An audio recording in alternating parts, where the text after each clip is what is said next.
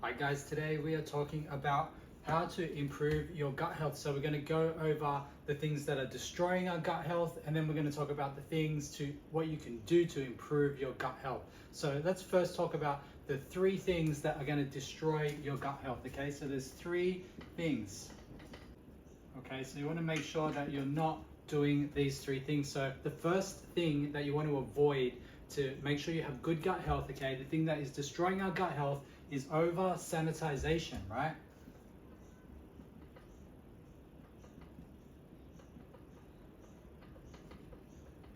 Over sanitization, because you see all of these products now that are in our homes, these cleaning products, the hand sanitizer, they say that it kills 99.99% of all germs and bacteria. This is actually bad because when we're killing all bacteria, then there's no defense. So that means when a new bacteria comes in, a new bug comes in, there's nothing to defend it.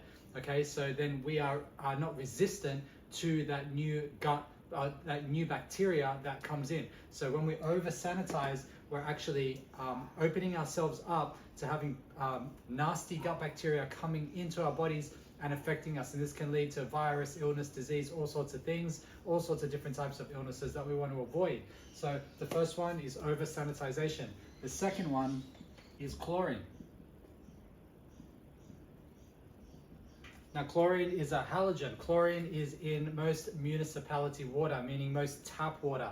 And this is to kill nasty bacteria that could cause problems for us. So if the chlorine is killing the bacteria in the water, what do you think it's doing to your gut? It's doing the same thing. So we do not want to drink water that has chlorine in it. So what you want to do is, at the bare minimum, get yourself a water filter that filters out these halogens like chlorine that is killing off all this bacteria. And instead, you want to go for maybe some kind of spring water or just some kind of filtered water that takes that chlorine out but also purifies the water. So you want nice clean water, yes, but we don't want to be killing all the bacteria in the water with chlorine, because that is also killing the gut bacteria as well.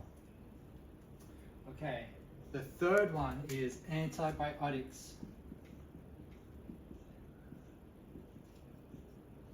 Okay, antibiotics, because what do antibiotics do? The same thing that chlorine does, the same thing that over sanitization does. It kills off all of the bad bacteria. So if we're killing off all that bad bacteria, then what happens is these new bacteria come in and they are resistant and they don't have anything to fight them off. And we keep on actually having more and more antibiotics, and then these superbugs get created. These superbugs become resistant to antibiotics, and then we don't have any defense against them.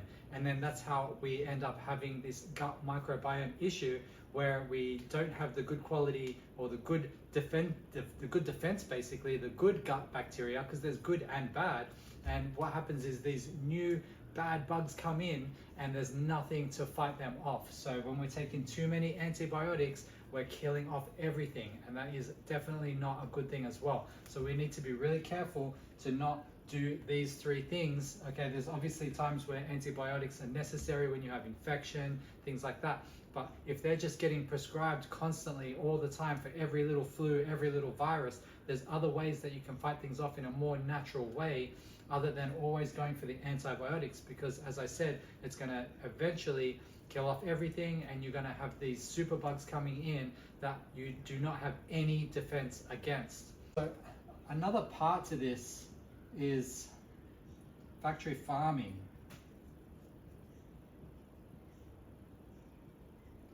Because you might say to yourself, well, hey, I don't take antibiotics and I haven't had them for years and years.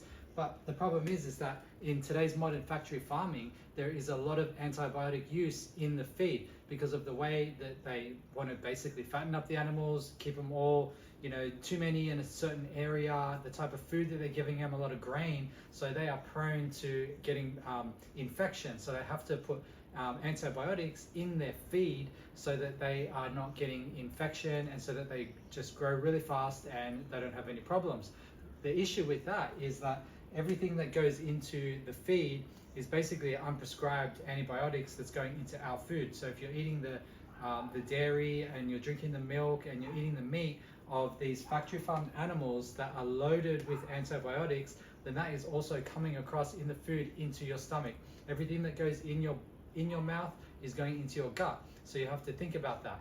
And factory farming is a big issue. So what you want to do is, if you're eating meat and if you're drinking milk and having dairy and eggs, you want to avoid the stuff that has antibiotics in it. So you need to be very diligent about where you're sourcing your meat products, your animal products. Okay, so something you have to look into. You have to take that next step, particularly if you are having gut health issues.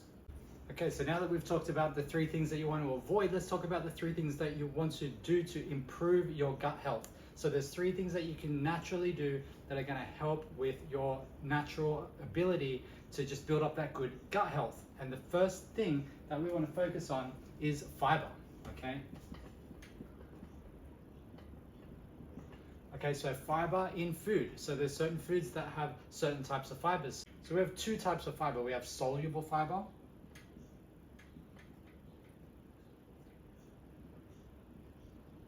and we have insoluble.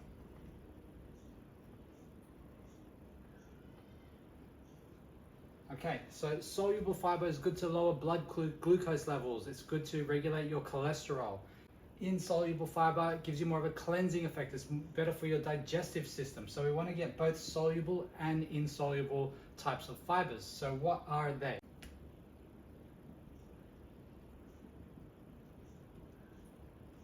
So we got wheat bran is a soluble fiber, flax seeds,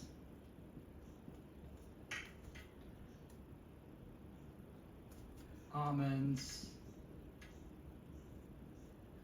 pumpkin seeds,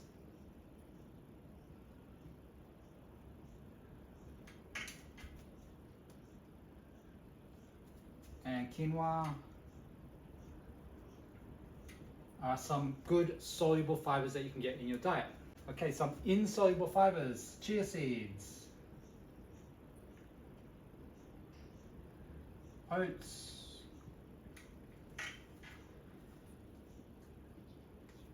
lentils, chickpeas, black beans,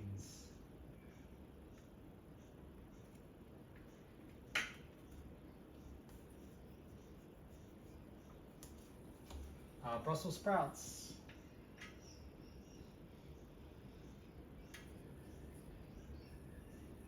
okay, so these are some of the insoluble fibers that you want to add into your diet.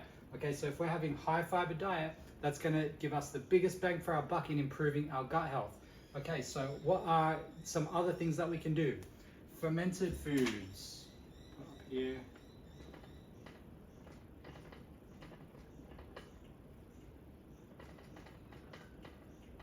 Okay, fermented foods. So we're talking sauerkraut,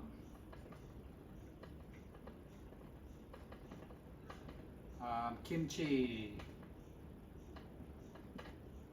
kefir, tempeh,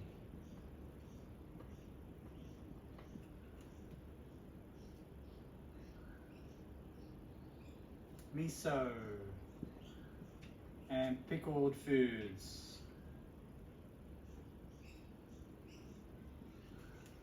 Okay, so these fermented foods, they help us to build up that good gut bacteria as well. So we want to have lots of fiber foods and we want to have lots of fermented foods. And then the third thing is we just want to have nutrient dense foods. So lots of plant-based foods that are got rich in different colors and just of all different types. So here are some of the best foods that you can have that are just full nutrient dense, that have the fiber, and they are really good for your gut. Okay, so we've got broccoli,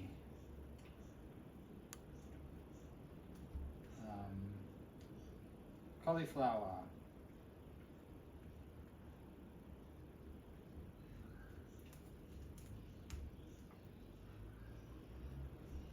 cabbage, asparagus, seaweed,